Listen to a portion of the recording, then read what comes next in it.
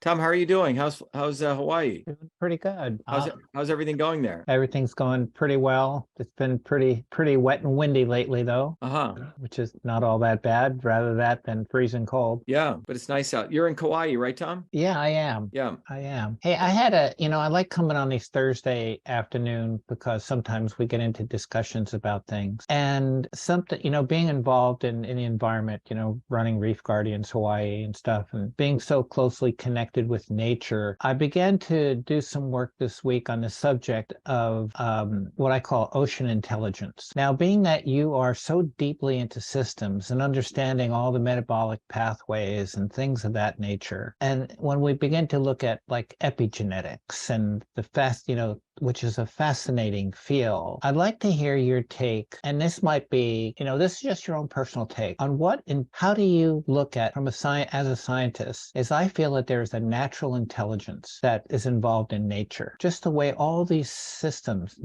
weave together. What's your take on that? Being born, in India and what you've been exposed to, I'm sure you've got many different viewpoints. So, Tom, I gave a talk, and I'll summarize it a few days ago called The Next Scientific Revolution. Okay. So you're asking a very, very deep question. I actually have an answer for it. So what's happened, what you're talking about is sort of this interconnectedness you see in these systems, So let me just take a step back and it's good to go over this again because I figured out a way to articulate. Let me try again. So if you look at the universe, what we know, okay, just right, quote unquote, the universe, right? So human beings have been trying to understand this thing called the universe, how it works, right? So, and everyone's articulated in different ways, right? In the modern world, when people looked at the universe, and it really started in 1686 with the publishing of Newton's Principia, what came to be was that the universe can be predicted, okay? That it has a order to it, that it's deterministic, right? And that came directly out of Newton's discovery of the laws of motion. This is a very important time, 1686, I think April 1686, when he presented to the Royal Society, because he said, look, I have discovered these laws that can predict that if I drop a ball, exactly how fast it'll drop and when it'll hit the ground. I can predict exactly where the sun will be at any point in the universe, where the planets will be, right? With precision. So think about what this meant in a grand philosophical level. This means that what Newton was saying, or what the Newton's laws of motion revealed, were that all of existence, because it's particles, mass, moving in a direction and motion, you could predict the motion of everything, right? Not only could you predict the motion of where the sun will be, where it is today, but where it will be 10 years from now, to the exact point. And you could also predict where the sun was 10 years ago, or the earth was. So think about what I'm saying. So if I took a line, that means I could predict time, the motion of an object into the future, and in fact, the motion of the object into the past. That means time goes backward and forward. You follow? Okay. So for 400 years, what evolved out of that scientific view of the world was that, hey, the world is a clock. I can predict the motion of things. Everything is organized. Oh, wow, the speed of light has a particular number. Planck's constant. Think about what this means. This means so now people say, oh, is the world just a simulation? Because if everything is so perfect, then could you predict where Bob is going to be tomorrow? Because he's also made up of a mass of particles that started at a big bang and they're moving, right? And theoretically, you could argue yes. But what this comes to is saying that the universe is highly predictable and it's very deterministic. Now, this can lead philosophically to an unfortunate conclusion where you say, wow, that means we're just in a clock, a machine. And therefore, am I not part of that machine? Is my destiny also predictable, right? And so that could lead into a view of fatality where people call, fate. Now, remember when Newton discovered these laws, he was in the time of the 16th, 17th century where the politics were kings and lords ran the world. There were caste systems. So think about, he discovers these laws in a milieu of a very structured world, and he discovers a very structured science, right? Einstein comes along in 1920 and he discovers a tweak to Newton's laws saying, hey, yeah, your laws are right, but you have to adjust for it when things move at the speed of light. But still, Einstein was still deterministic, right? It was still, you could predict objects. All right. So this entire worldview comes from scientists who are hanging out with other scientists, not really in nature per se, but among themselves in a world that's very structured, and they come up with a structured view of the world. Now, it is true true that you can predict the Earth, right? You can predict all these objects, you can fire a projectile, all this stuff we can do. But what ended up happening was in the 1960s, specifically in 1957, there was a profound question that was asked that, hey, if the world is so deterministic, then it goes against another set of laws called the laws of thermodynamics, which were founded in the 1800s, 200 years after Newton. Those laws said that life actually goes into a state of complete equilibrium and disorder. I mean, total entropy. So the example I gave is if I in a beaker and I drop some ink in, what do you see happen, Tom? It just distributes evenly, right? Right. That's called the second law of thermodynamics, which says everything goes to total state of entropy. Basically, everything moves to randomness. Okay, so eventually that blue ink gets spread everywhere, right? And that means everything goes into its highest state of disorganization, right? It's not like the ink all stays together; it goes everywhere. So this was a big conundrum because what this said was, wait a minute, if there's so much order in the universe and you have planet going around a sun and you see all these galaxies and we see ourselves, God, we're organized. We're not like disorganized, right? People take books. It seems like when you actually look at nature, things are highly organized. Why are there even planets? Why are there stars and all this stuff? Because they shouldn't exist. If the Big Bang took place, there should just be dust in the universe, and we don't see that. We see massive amounts of organization. We see human beings building cities, and we're violating the second law of thermodynamics. So what ended up happening, Tom, there was a very interesting experiment that was run, and it's actually a physical chemistry experiment. But the way I like to think about it is, imagine people took in a big room and they put a bunch of white ping pong balls, thousands of them circulating, and then they put the equal number of black ping pong balls, and they're all randomly circulating, right? So they would reach their natural disorder. Everything's random. And if you were to look at that room, what color would you see, Tom? You'd probably see like a gray, right? If they're all moving. But what occurred in this chemistry experiment was a similar experiment like this. I'm giving the ping pong balls as a chemical species. They noticed suddenly, out of all this randomness, order would appear. Like suddenly, every second you would see just black, and every next second you'd see white, black, white, black, white. It's not supposed to occur. These are random events. How is that out of randomness order appears? It doesn't make sense. In fact, it turns out the entire universe is actually that. It is only in a rare case you have these perfectly beautiful systems, like the Earth spinning around, which is a case that Einstein and Newton solved. But most of the universe is in total chaos and disorder. And once in a while, some fluctuation happens and you get order. And that is what I talk about in System and Revolution. It's a self-organizing system. So this is why our movement's so powerful, Tom, because what we are actually saying is, by understanding this principle, what you're saying is, when Tom Woods raises his consciousness and he becomes aware of this process, all the processes we're talking about, you become a fluctuation in this disorder, Tom, and it will give rise to order. You do it, Bob Smith does it, Jeffrey Thornton does it, and Sandy Garofano does it, which means really consciousness itself is a fluctuation in the space-time continuum, if you want to take a big word like that. And out of that, each person raising their consciousness, it's so clear for me to see something is going to come out of this that we can't even predict. Bob Smith would always ask me, oh, what's the future? What does the end look like? And I say, Bob, that's not how the universe actually works. That's the old model. You see, the old model of looking at the universe is this Newtonian, Einsteinian way that we are the gods, we control stuff. And if you look at that view of the universe, Tom, that's why all of these political movements come in. Whatever the movement, it's always top down. We're the political party. We're now going to create utopia, right? Or we're the Central Party, or we're the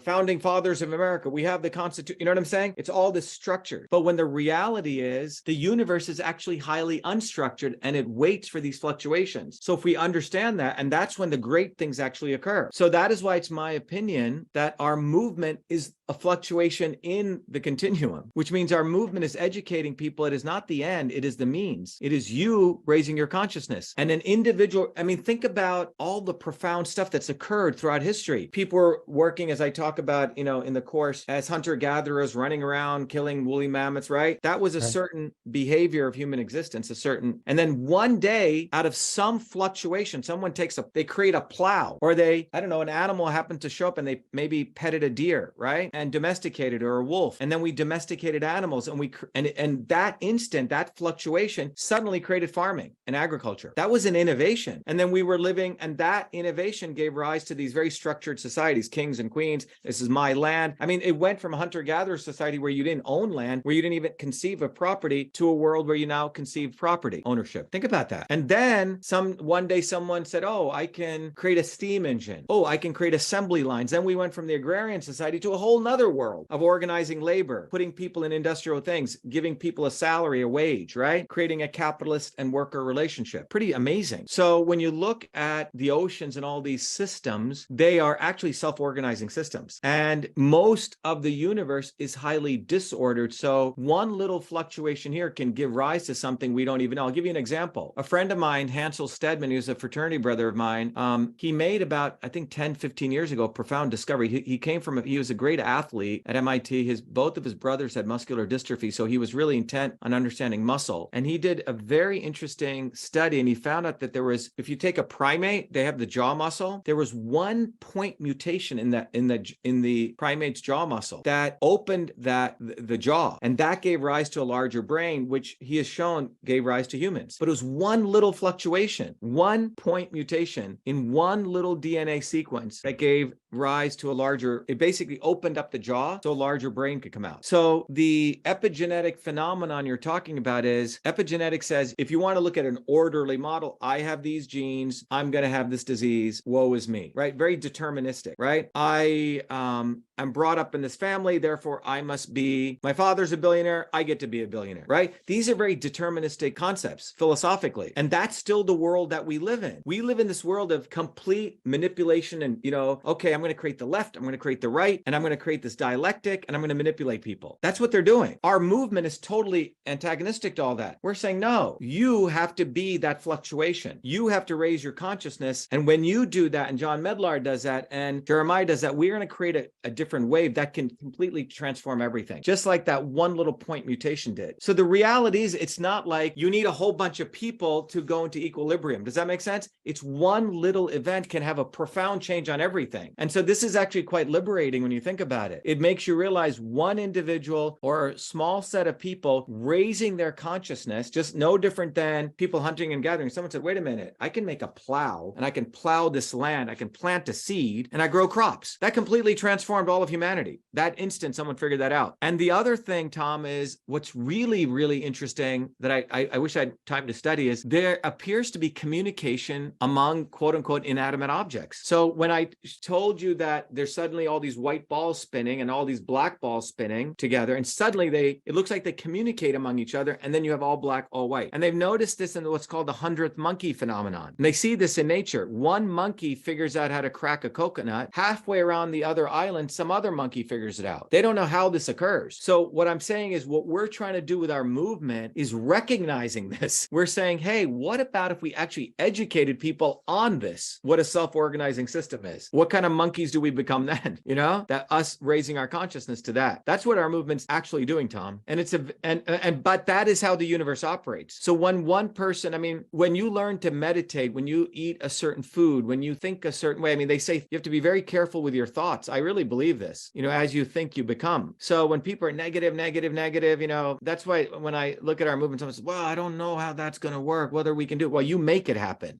Our thoughts create reality because these thoughts are very powerful. What they do to our mind, which itself is a universe. So one thought coming can affect your whole being. That's my view. So in meditation, for example, what you learn to do is you actually learn to watch these fluctuations. You sit quietly and you're just equanimously observing your universe, and you're observing all these crazy thoughts that come. And then over time, you learn how you can go to a very deep state and actually deposit a thought and manifest it, you see? Which I think is what we are doing as a movement. We are raising our consciousness, and you can see, Tom, if you look at everything that occurred in that hearing, all the shit's taken from all of our stuff. Anna Polina just ripped off our stuff. So what they're doing is they know our movement exists. They're actively concealing it because it's very powerful what we're doing. But yeah, the universe is I have a very good friend of mine who works at Woods Hole, and he and I have talked about doing some modeling with cytosol, but the universe is a system of systems of systems. And one little change somewhere can create a whole bunch of things elsewhere. And that's why when they try to model the climate, it's like completely retarded, excuse my language, because they're assuming that the climate is this mechanistic. There are so many wild events that take place in climate. You have polar directions. You have the fact that the entire solar system is moving around the Milky Way. You have so many dynamics. When our solar system moves through the arms of the Milky Way, that affects different cloud patterns. To think that you're going to associate CO2 with this as the central endpoint is going to that Newtonian model, Tom. And it's accurate only under certain cases, but it's not broadly accurate. Well, it'd be great to be able to perceive at some time what are the factors that bring all those black balls together. You know, It's a very good question.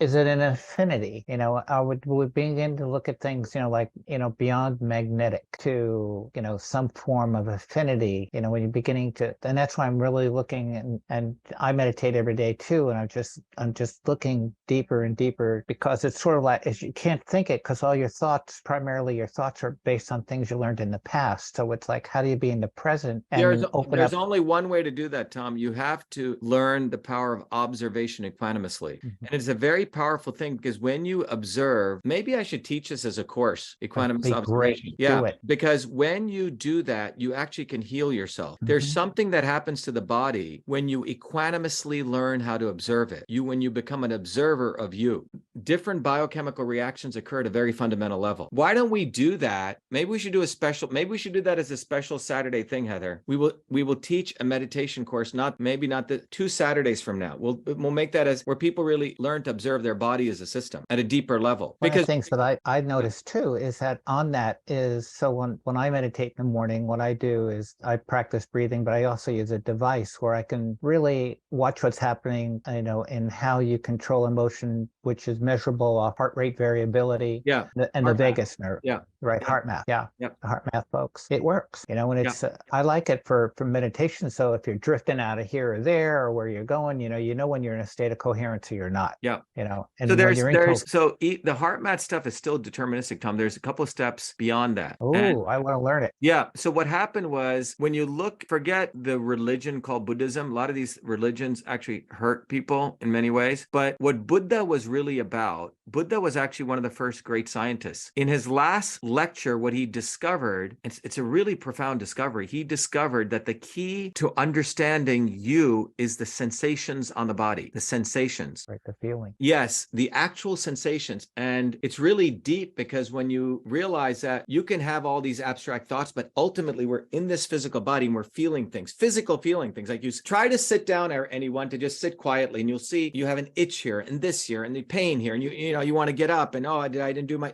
all these, just, I mean, it's like a wild horse, right? But what Buddha discovered was that, and I don't think he's gotten enough credit for this because the religion got in the way, is that what he discovered is that the sensations that get deposited on your physical body occur through your lifetime. You're sitting there, and simple example, you remember a beautiful warm day when your father, who you love, took you out after, playing ball with you to get some ice cream. Okay. People remember the taste of that ice cream. You have the senses, the 5 senses. You remember eating the ice cream, the taste of it, and you associate that with your father, right? You grow older, let's say as a woman, you meet a man, and you associate love with that food. Okay. Someone taking you out to food. These are very deep sensations. Alternatively, you are sitting on the side of a road and you see a horrible accident take place, right? Where a cat's running across and horrible accident take place. That event deposits in your body, and it may deposit in physical parts of your body. And you associate that sensation perhaps with the seeing of a cat or some event. Okay. And so what I think he revealed was that the sensations in the body, the reaction is you associate these sensations with something you don't like. Oh my God, I don't like the sensation of a screeching noise, right? Because it reminds me of that accident. Or you associate the sensation of the ice cream touching your tongue. You see these physical sensations to something positive. So you crave the positive sensation, or you have an aversion to a squeaking noise in this case, okay? And these sensations are in your memory. So as you grow into adulthood, etc., all different sensations drop, and you're not aware of what's going on, and these become part of you. So the method that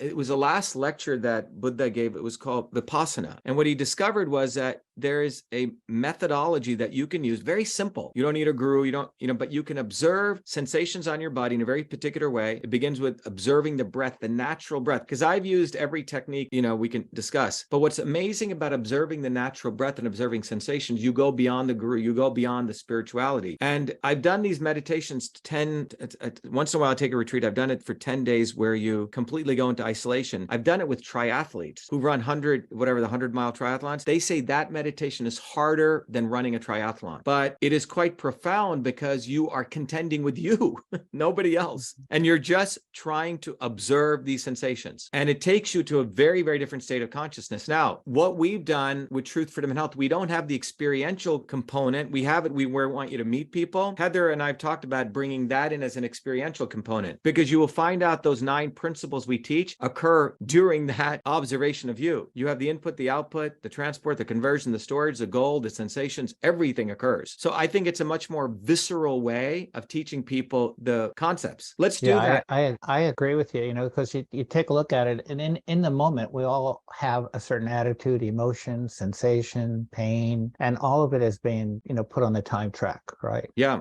And how it's much of it can even be found, in a cell, those feelings and things of that nature. What's interesting, Tom, is I have a book that I need to finish up called The Connection. I think I discovered the mind-body connection in the body.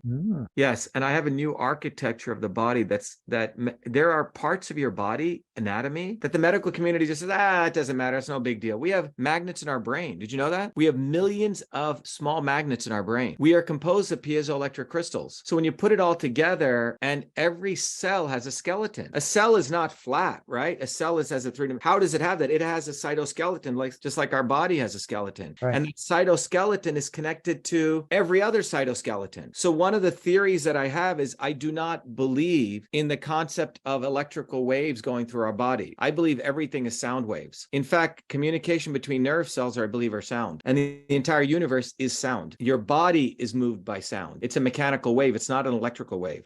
Anyway, we should get more into it. But this is why we need everyone to grow this movement out, because it'll give me a little more time to go finish that. No, I kind of agree with you. And I think that, like this discussion today, I just had to get on and talk to you about it, because when you take a look at how things are going now with AI, ChatGPT phenomenon. It's all part of that deterministic world, man. That's right. Because basically ChatGPT is it's ChatGPT's actually, I have the first patents on that stuff, and we're about to go sue Google on this. It's a whole nother thing we'll talk about. But ChatGPT is only as good as the training data it got. The questions. Yeah, the data that they gave it. Yeah. In fact, someone types in ChatGPT who invented email and says Ray Tomlinson, because that's what they gave it. They didn't give it our data. So we're creating these deterministic worlds. The whole goal of AI is to make a machine, make you into a machine. The whole goal of AI is to take data and be predictive. All this data analytics is all about an orderly simulation. That's why idiots like Scott Adams, who's a complete doofus, he says, well, I think the world is a simulation. Yeah, because you don't really understand science. The real science relieves that there's massive disorder. The elites want beautiful order because then they can control everything. That's right. This is the profound thing. They want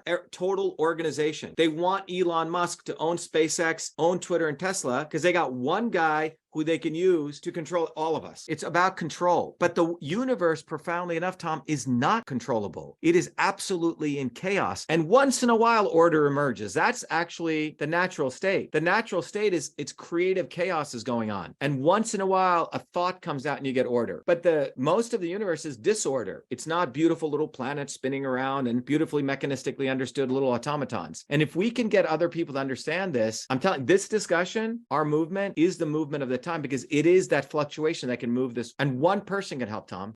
Think about the times in human history there have been one Buddha, one Christ. Now imagine if we create enlightened beings through our movement, that there's 1,000 Christs, meaning beings who actually understand how the universe operates. A guru, meaning someone who dispels darkness. But it's connecting heaven and earth, and that's what our movement's doing. So the problem was when the deterministic world came out and said, oh, the world is very orderly and structured, the religious world also came up and antagonistic to that world, because they said, wait a minute, if everything is so ordered, where does God fit in? So they didn't like that. So religion opposed this thing called science. But what I'm saying is we don't have to have this dialectic between science and religion. When you look at it in this different way, you actually realize that that both can coexist. This order of a fluctuation, which you may call God, right? Where you do this creative force, and you can have order in some rare cases. So Absolutely. This dialectic has come because of this lack of understanding that that order emerges out of disorder, which wisdom wisdom comes out of that. Exactly. And what that means is every person's life is quite profoundly unique and magical, which means Absolutely. one person understanding this is like a light unto the world. And one person thinking, oh, I'm just part of this machine and that's what I got to be. I got to work here and I got to follow the left or the right. I got to choose the lesser of two evils. You're part of the machine. You're in the matrix at that point. And that's why it's so fucked up watching this Senate hearing, Congress hearing today. I mean, it's like now the Republicans are attacking the guys at Twitter. We get to say, and you can see, Tom,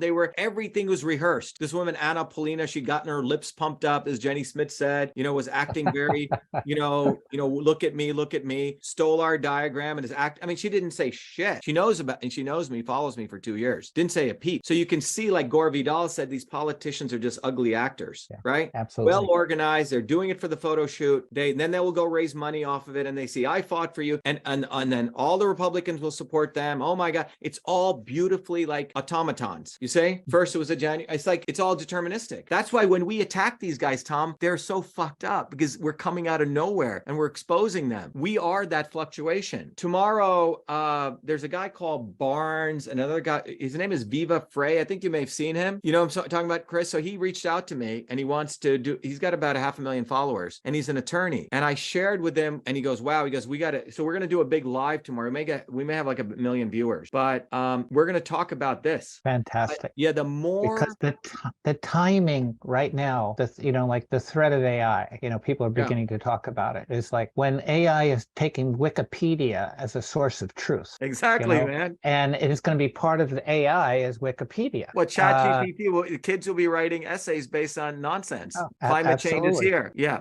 But what's interesting, Tom, is I did a podcast you should get called What is AI? I did this because, I used to be in the AI world for about 20 years. AI began the day Henry Ford created the assembly line. What is AI? It is about taking a being, carbon-based or otherwise, teaching it, training it to do a task really well over and over again. So when we created the factory assembly line, I was just told to put a bottle cap on something. Someone else was told to twist it. That's AI, man. That was done with carbon-based beings. Now we're doing with silicon-based beings. China finds it cheaper to use carbon-based beings.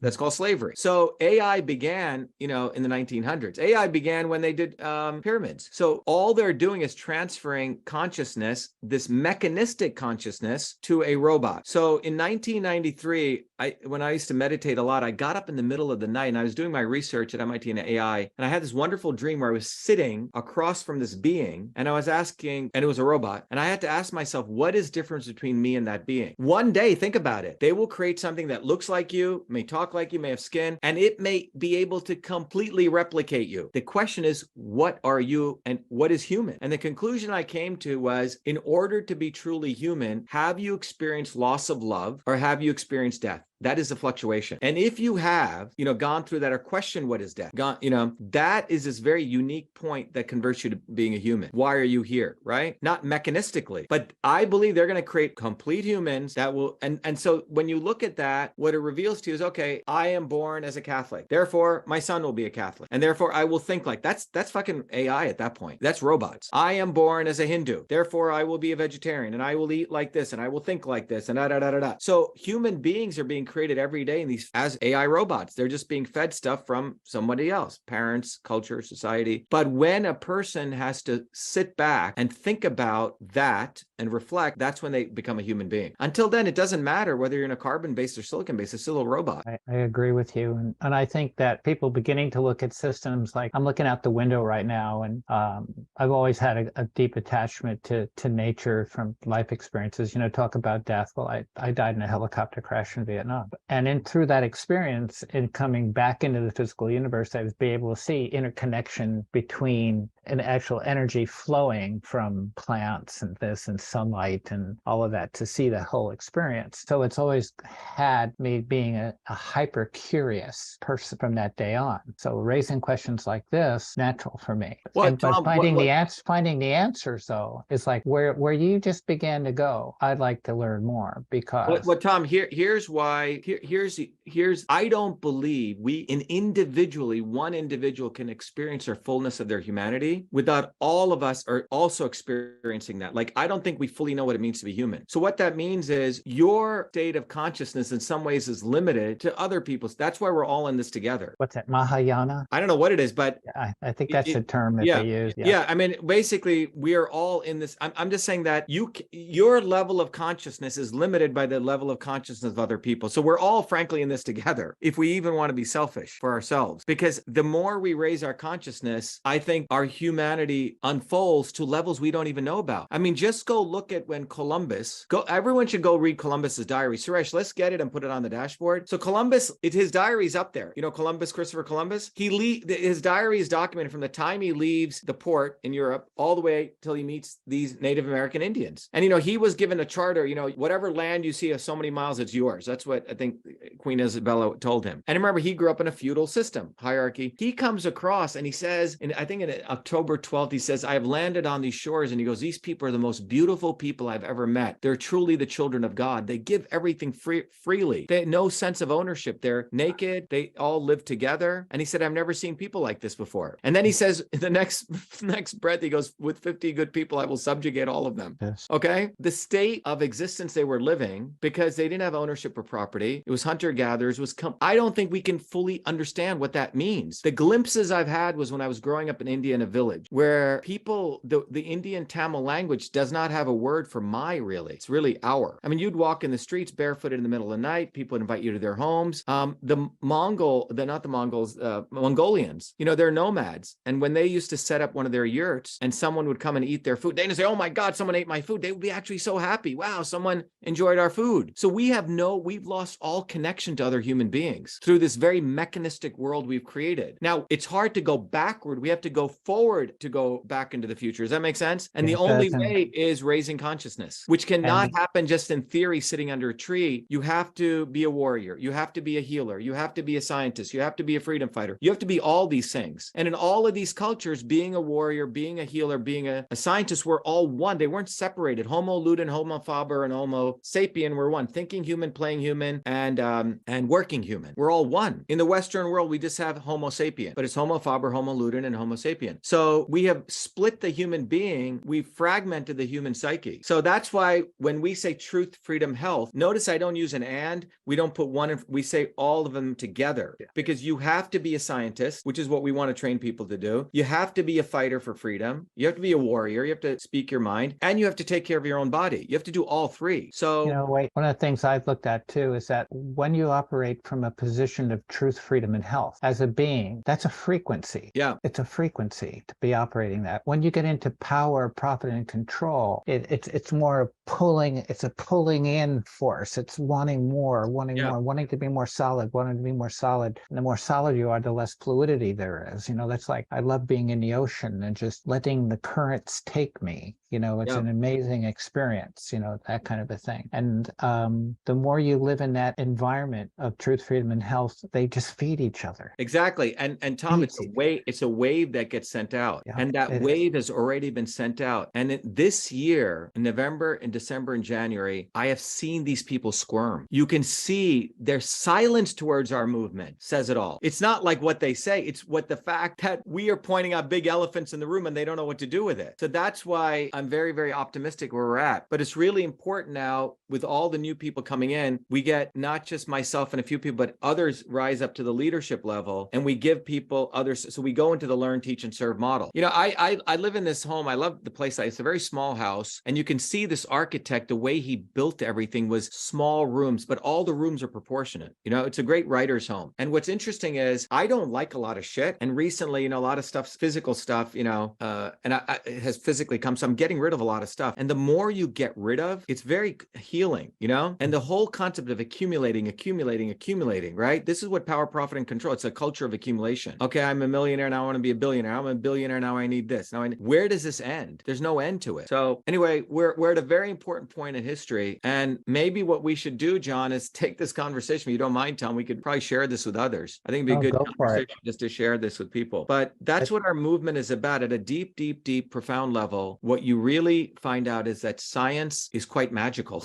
It's like order emerges out of disorder. And they just want us to look at this one part of the universe where everything is so orderly and structured. That leads to AI, that leads to automatons, that leads to left and right, that leads to total control. But once you look at the larger universe, you realize it comes out of, and this was a work of Prigogine, you know? It's interesting enough, Prigogine was born in the year of the Russian Revolution, and then in 1957, but what's unfortunate is a lot of his scientific stuff is not talked about. I mean, because of the radical nature, he won the Nobel Prize, but no one wants to talk about it because it basically exposes the fact that the elites they want to push the mechanistic science. I mean, what if people learned, oh, my thoughts can change the world? Or people changing consciousness. That's radical. That's the true radical. But that's why the United States was so amazing. If you look at the works of the enlightened founders, many of them were reading a lot of the ancient scripts of India. You know, they were from the Enlightenment, and they knew that the First Amendment connected heaven and earth, which is basically saying I could speak, open up my throat chakra. I could say what I wanted to say, and I could have ideas and connect with my creator. I mean, this is an amazing experiment. That's why I'm so pissed off with what this country really represents and how it's being decimated. And that's why those of you in America, those of us here, it's like you don't get this chance in a lifetime. Suresh will tell you, if you say stuff against Gandhi in India, you're thrown in jail. I don't know if you know this. You can't say the defamation rules in Britain are so low. You can't say anything against the Queen. You can't write articles. The libel rule. I mean, it's quite amazing. That's why when I was watching these politicians today, I said, "Are you freaking serious? It's all bombastic. It has nothing to do with they want to change. Put the mirror up to Congress. Congress is the one who created the unholy alliance with big tech." So anyway, I think we should put this out there, John. We'll do this. I think it's really the core of the core of the core, Tom. And I think people agree. Yeah. And that, I'd love to hear you're going somewhere. When we were talking about, not just being in the moment, and you were beginning to talk about the feelings and how that all, how we as something that is not of this, come down to, we're not of this world. Well, you are a wave and you are a particle at the same time. You exist and you don't exist at every moment. Mm-hmm. That is the reality at a very, very deep, deep, deep atomic level in some sense. And how we can create the future. Yes, through your raising your consciousness by self-reflecting and understand truth, freedom, and health. I haven't shared this. I don't think I've shared this at all. It literally came out of this deep reflection. I mean, I was I traveled all over India, and I was at this one very ancient temple, and they had certain books there, and I said, wow, Vata, Pitta, Kapha, truth, freedom, health, or transport. It just came like that. It wasn't something I thought about, Tom. It just came, it emerged. And I think it's called the property of emergence. You have to work hard, and then boom, it just happens. And it happens to all of us. So the truth, freedom, and health, transport, I mean, we have the jewels. Suresh always says this. We sort of have the keys to the kingdom. The issue is, do we want to practice it? So one of the things we're going to start doing, Tom, is when we want people to get on the ground, I finally figured out the strategy to everyone listening. We're going to have a little flyer and a little card, and we got to make it easy for everyone. You can go knock on your neighbor's door, and you can say, hey, my name's Tom. I live down the street. I just want to invite you to this wonderful event we're having next Thursday. You can join online, or maybe you can come to my house and we can join too. Whatever way people feel comfortable. Oh, why? Oh, I'm going to teach you, or you're going to learn about natural immunity. That'll be one of the sessions we do. You're going to learn how your body's a system. Basically, we serve people, Tom. We don't have to wait to win an election. You don't have to wait. Like, we have all the knowledge. I'll teach you how to innovate. I'll teach you the scientific method. We just start serving people now. So that's what our movement is going to evolve to. So we will make these. So you just, and to crypto, but you're on a boat, you meet another boat. Just give them a card. Hey, look, why don't you come and learn? And we're going to have 6 little topics. We'll rotate cover. I will initially teach it. We'll have the video, but any one of you will be able to teach it at the orientation, because I need all of you guys to become educators. And when you teach, you learn. So people say, so when they see our logo, Truth, Freedom, and Health, it looks a little bit like the Red Cross logo. They said, oh, those guys, I learned how to heal myself. Those guys, I learned this. The equity of of truth, freedom, and health is some people that I can trust, and they do stuff out of pure service. If I want to be a warrior, great, but we're not going to push you, but we are going to do the noble service right off the bat. And that's the opportunity we want to give everyone. But John and I were talking about this. We want to do this door to door. We're not selling, by the way, we're not saying that you're going to go to hell if you don't follow us or anything, right? But it's a very powerful technique, because when you meet people door to door, you do it in your neighborhood. It forces you to get out. It forces you to be vulnerable. And I think we do it neighbor to neighbor. But it's just a very simple invitation. Invite to learn the scientific method. Invite to learn what is innovation. Invite to learn how to take care of your body. I don't think anyone does that. Everyone wants to invite you to, wait for after you're dead, and then we'll take you to heaven maybe. We want to look at the here and now. All right, everyone, it's 10:10. Good number, 1010. It's a good time to end this. All right. That's All good right. getting together with everybody. These Thursdays are great. Tom, thank you very much. Well, you're being of service, and everybody, that's involved is being of service. And that's what love is all about. That's what it's going to take to make this world whole again, is how do we attract all those black ping pong balls to come together, in a form that's harmonious. Yeah. And by the way, those are called chemical clocks, Tom. So they're out of randomness. You get this beautiful perfection that happens. So we are that disorder creating the fluctuation to create an order, which we don't even know what it's going to be. And it's okay. It's not like you have to determine this stuff. That's the deterministic mind, right? Oh, I need to know what. No, the goal is you raise your consciousness. Suresh raises consciousness. What evolves out of that is going to be something quite profound and beautiful, but we don't have to predict that. You see, that's the automaton AI model. I'm going to predict everything. I'm going to know what's going to happen next and next and next and next, right? That's how you control. That is control, right? Wanting to know what everything is going to happen. And if you follow that thought, then it says that, this is the only way that the universe can operate. It is the way the universe operates. It is the That's fundamental universe. And if you want to resonate with nature, you focus on advancing your consciousness, understanding how the universe operates, and leave everything else to that resonance, right? Absolutely. Period. All right, everyone. Thank you. Chris, did you have a question? Chris Bradley. Yeah, just a quick comment. I always thought about the original sin of the Bible of eating of the fruit of the knowledge of good and evil, and wanting to be like God is very analogous to what you guys are talking about. And that, wanting to be like God, omniscient, knowing all things, right? And so I think that's a deterministic model. I think what we're saying is a little slightly different. We're saying is raise your consciousness. You don't know what it even means. Right. We don't know what the AI. The AI is all about being like God. It's an analogous kind of thing where they want to know everything. They want to be like God. Exactly. But they can never be God. Right. The AI model is about a structured, organized, deterministic reality where I know exactly what Sandy Garofano is going to do tomorrow, what she's going to buy, gathering enough data on her that she becomes an automaton. I can eventually take her data and put it into another human being, and I have an avatar of Sandy, right? It's basically dehumanizing every individual to a finite set of deterministic actions. But the universe is not that determined. People do wild things. People do things you could never imagine. Something happens and they suddenly learn how to sing, or they learn how to play an instrument, or they completely change course, the song Amazing Grace comes out of a guy who was a slave ship owner, right? And has some experience, and he writes that song, right? Gives up all of his slaves. So there's profound things always taking place in the universe. And that AI model can never model that. ChatGPT says that Ray Tomlinson invented email. He cannot appreciate the fact that a 14-year-old kid did it. You say it's all deterministic. It's all automatons. Anyway, thank you, everyone. Thank you. Thanks, Chris. Thanks, Tom. Thank you, everyone. I hope this discourse didn't bore everyone, but sometimes we just had to go with this. I think it was an important discussion.